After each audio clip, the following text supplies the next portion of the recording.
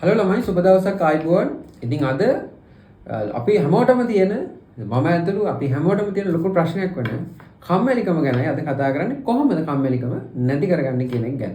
මේකට ඉතාලම සරල පිළිවෙත් දෙකක් තියෙන්නේ.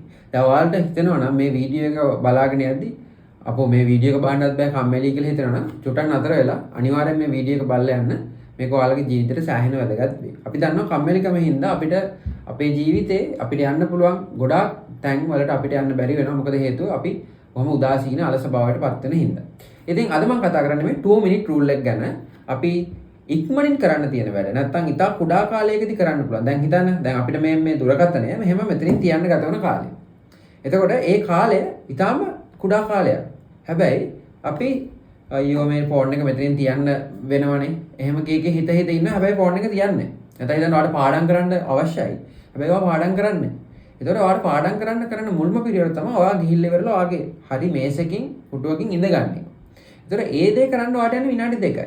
ඊට පස්සේ තමයි පාඩම් කරන වැඩේ තියෙන්නේ, පොත් පෙළන වැඩේ තියෙන්නේ ඊට පස්සේ. ඉතින් ඔයා ඉස්සල්ලාම ආරම්භය ගැනීම සෑහෙන වැදගත්. ඒකට යන කුඩා කාලය ඉතා ඉක්මනින් ගත කරන්න ඒ වැඩේට යන්න. දැන් කාට හරි කියන්න පුළුවන් ඒ 2 minutes work කරන්නත් අපිට බොහොම අඩු මේ අමාරුයි. එහෙම කරන්න බෑ කියලා. ඒකට කරන්න තියෙන හොඳම දේ තමයි අපේ මොලේ හැම වෙලාවෙම කැමති වැඩ කරන වෙලාවට වැඩ කරන්නත් වැඩ කරන්නේ නැති වෙලාවට ඒ විදිහට බොහොම ෆ්‍රීලි ඉන්නත්. ඉතින් ෆ්‍රීලි ඉන්න වෙලාවට තමයි අපිට වැඩක් කරන්න අවස්ථාව ලැබෙන්නේ. ඒ වෙලාවට අපි කරන්න ඕන දේ තමයි මේක ප්‍රැක්ටිස් කරන්න තියෙන දේ තමයි අපි අපේ කැමැත්තවල් ටික ටික අඩු කරගන්න එක. සරල උදාහරණයක් මෙහෙම හිතන්න. දැන් අපි කැමති චොක්ලට් බිස්කට් පැකට් එකක් ගත්තාම අපි සාමාන්‍ය සන්තුෂ්ට වෙන්නේ නැහැ චොක්ලට් එක බිස්කට් එකක් කාලා.